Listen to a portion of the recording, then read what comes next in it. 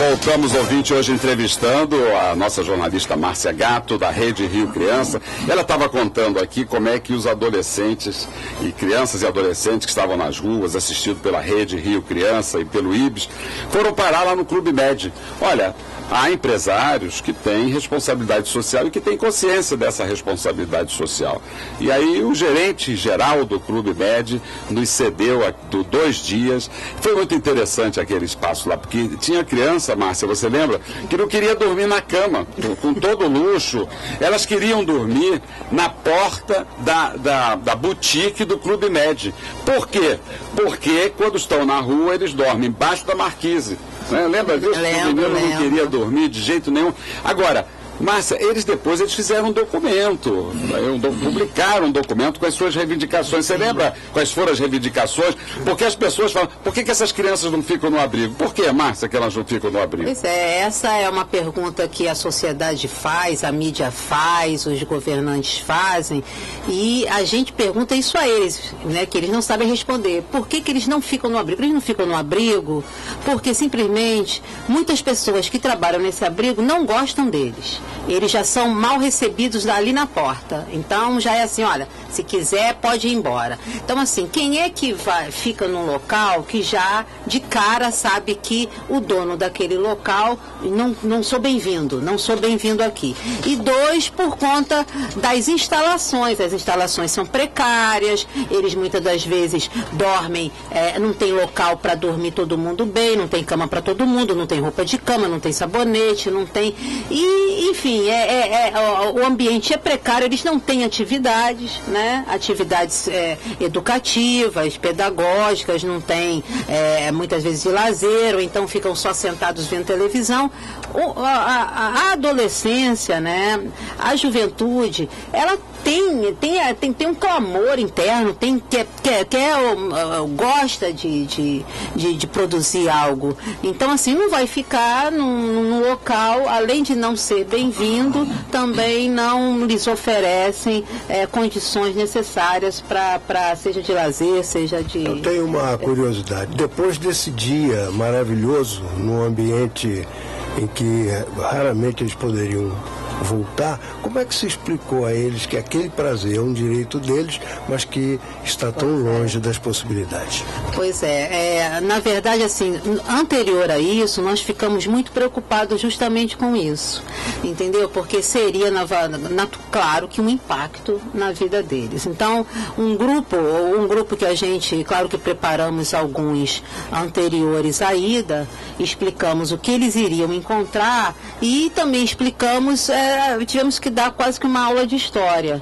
Como é que vocês vão se deparar com um ambiente que é muito luxuoso, é frequentado, vocês normalmente não teriam direito a entrar, né? Porque há historicamente uma divisão de classes em que muitas das vezes o pobre, aquele que está em condições desfavoráveis em relação a quem tem um poder aquisitivo maior, historicamente é entendido como esse não.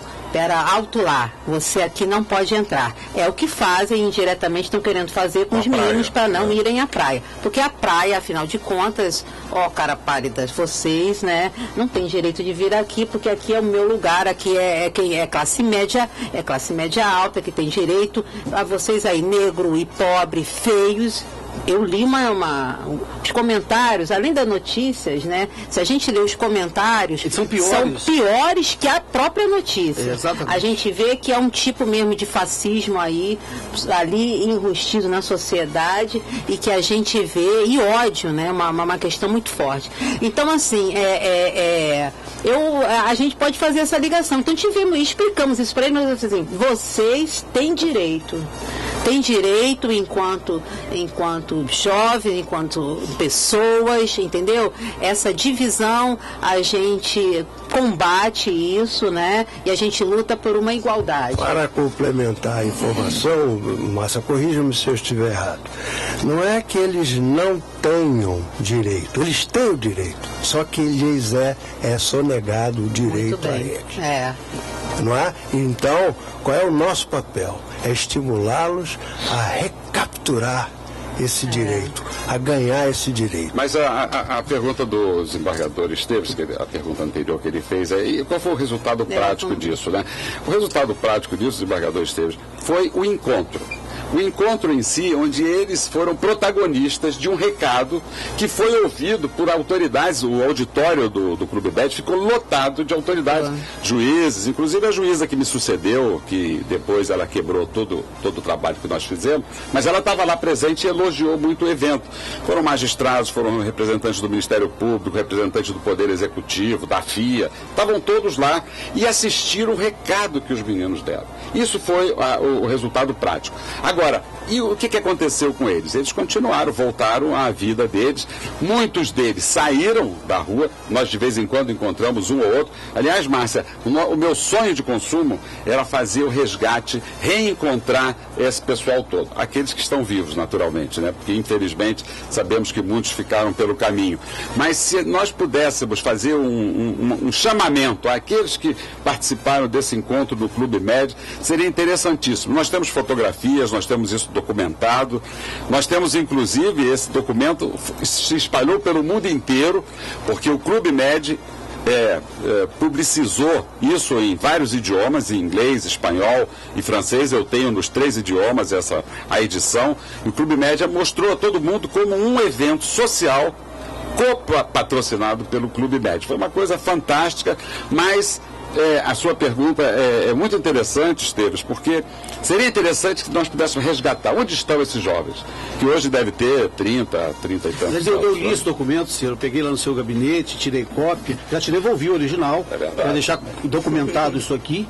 Eu fiquei muito emocionado com os relatos dos meninos, né? Um deles dá um relato que para mim foi muito impactante, tipo assim, nós estamos lá sendo processados porque a gente fez coisas, a gente pegou coisa dos outros, etc. Agora, quando a polícia encontra com a gente, que a gente está com algum dinheiro, eles tomam o dinheiro da gente também. Por que não acontece nada com eles? Né? Então um garoto que sabia, formulava um juízo sobre a sua conduta, assumia a responsabilidade, né?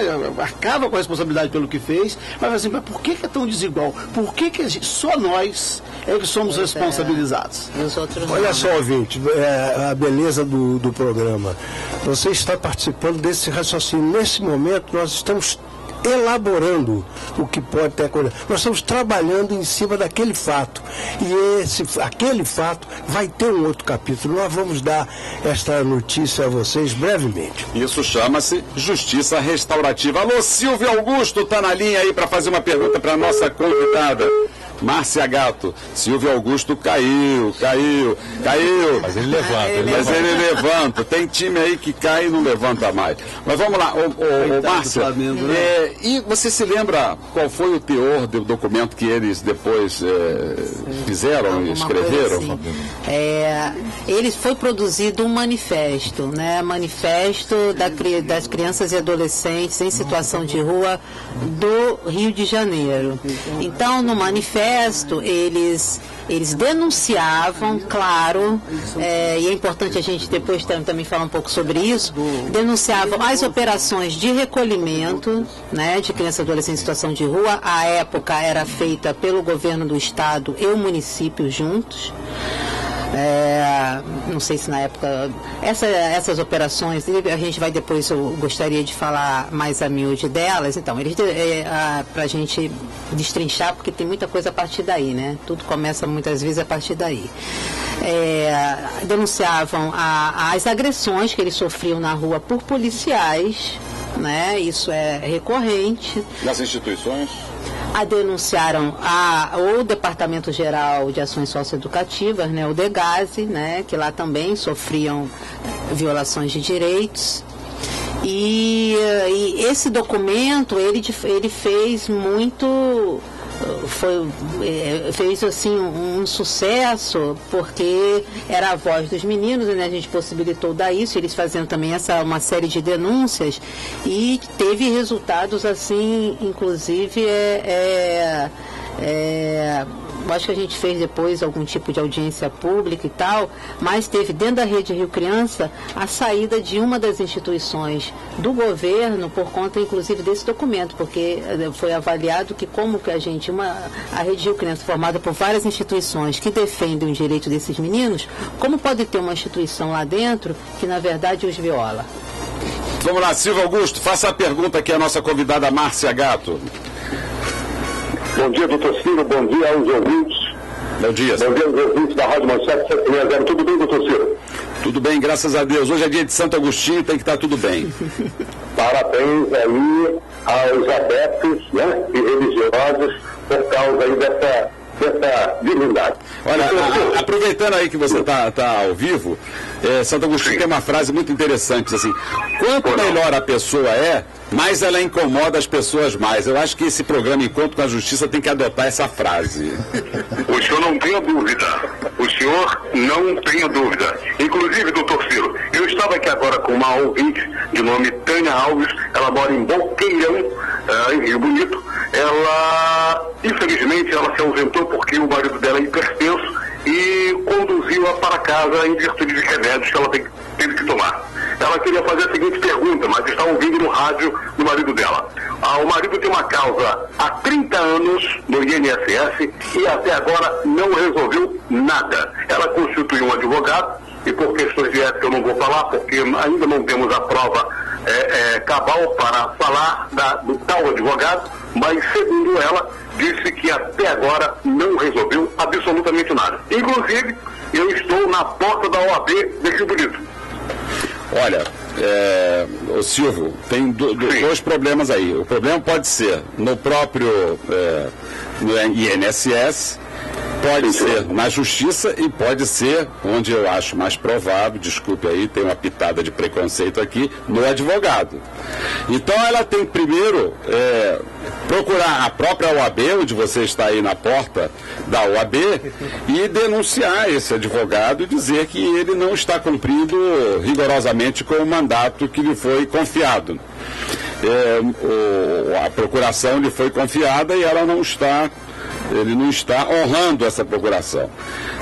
Se já há um processo, ela pode procurar o Poder Judiciário Federal, e eu vou dar para você aqui o telefone, é 2282819612, ou através do e-mail ouvidoria@trf2.jus.br. Se fosse uma ação acidentária, né, decorrer de um acidente de trabalho típico ou atípico, isso pode ser na Justiça Estadual. Seria interessante ela localizar este processo, saber onde ele tramita, né, a fim de, a partir dessa localização do processo, ela poder começar a dar os passos que ela precisa dar. Você pode mandar essas informações, Silvio, essas informações mais detalhadas, número do processo, nome do advogado e tudo, para o nosso e-mail, programa Encontro com a Justica@gmail.com. Voltamos então entrevistando Márcia, mas eu queria que você falasse para os nossos ouvintes, nós temos pouco tempo,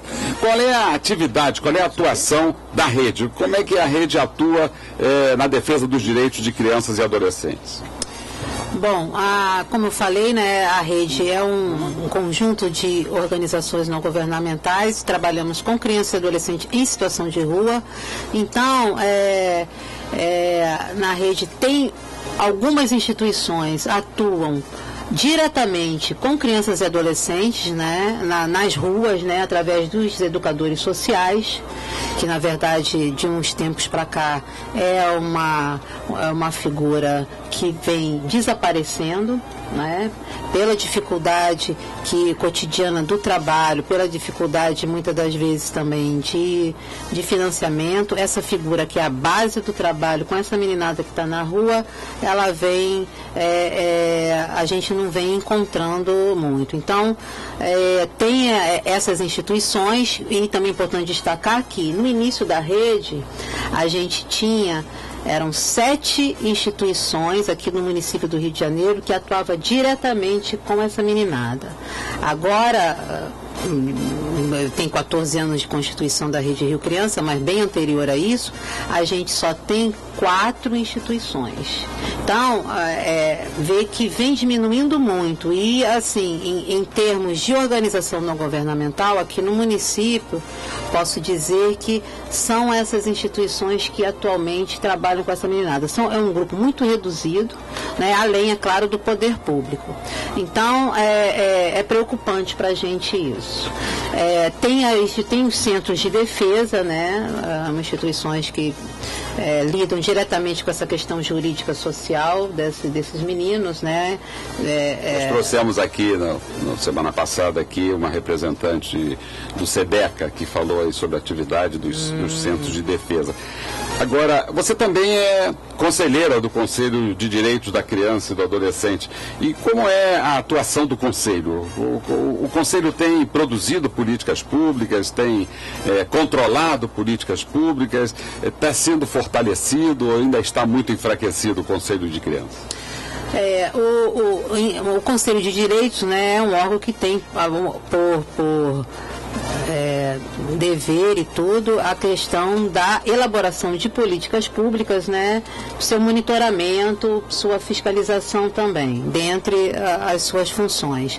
Então, assim, enquanto elaboração, né, de políticas públicas, a gente vê que, na verdade, o Conselho ele não tem conseguido muito formular as políticas públicas, e quando as formula, a dificuldade é implementá-las. Eu vou dar um exemplo que a gente, aqui no município do Rio de Janeiro, a gente tem sim uma política municipal para crianças e adolescentes em situação de rua. Ela foi deliberada pelo Conselho Municipal em 2009 e apresentamos 64 diretrizes, né? A política é municipal e quem executa uma política é o governo. Então, tem lá diretrizes para a área de saúde, educação, assistência, lazer, 64 diretrizes. Dessas 64, para vocês terem uma ideia do quanto é absurdo a questão de políticas públicas para essa população, não há um interesse, apenas uma das diretrizes foi implementada até hoje, que são os consultórios na rua, que é uma iniciativa maravilhosa, né? E vem dando resultado. O consultório na rua, ele veio de uma demanda no qual nós verificamos que essa população, ela não tinha acesso à saúde. Ela não além dela se sentir constrangida de entrar nos postos de saúde, né, hospitais públicos, a gente sabíamos que ela era impedida de entrar muitas das vezes. Então surgiu a ideia dos consultórios na rua, que são esses profissionais de saúde que vão às ruas para tratar dessa população. Muito obrigado, Márcia Gatto, pela entrevista, foi muito interessante, prestou informações muito relevantes aqui para os nossos ouvintes nessa primeira hora do programa. Segunda hora do programa nós vamos entrevistar o juiz Carlos Gustavo Viana Direito e agora vamos para o Jornal 760, edição das 11 horas com Enio Paes.